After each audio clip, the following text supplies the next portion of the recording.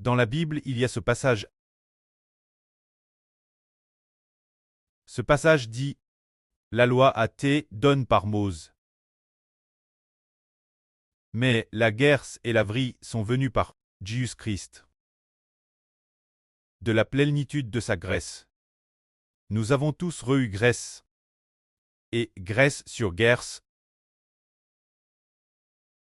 Alors nous disons, du Seigneur Jésus-Christ, nous avons tous reçu la grâce. Et grâce sur grâce. Qui reçoit la grâce de Jésus-Christ? Quelles sont les personnes qui peuvent de Jésus-Christ recevoir la GRCS? Le Saint-Esprit à lui-même fait comprendre au frère Hbert. Quel genre de personne a reçu une grâce abondante de Jésus-Christ? Car le 19 septembre 2020 c'était le jour où le prêtre a fait voir au frère Hbert le sacrifice de la surhaha. Ce jour-là, l'Esprit Saint du prêtre. Le prêtre a fait voir au frère Hbert, dans le Saint-Esprit. Le frère Hbert dire la surgrâce abondante.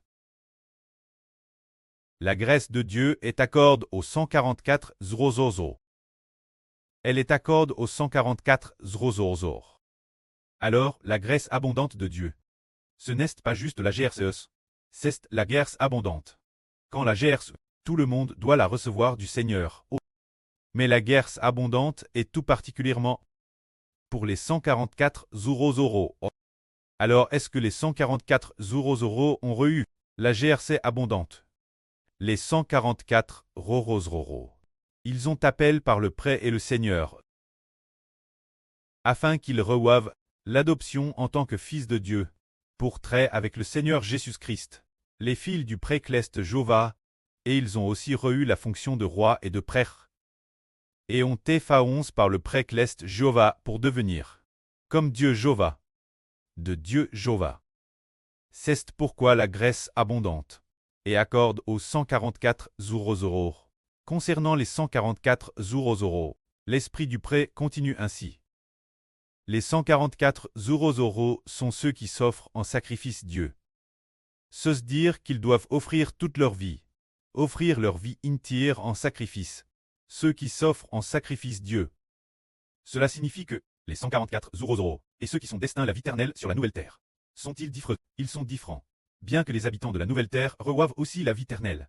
Les 144 zrozoros, eux, sont ceux qui doivent s'offrir en eux-mêmes en sacrifice Dieu.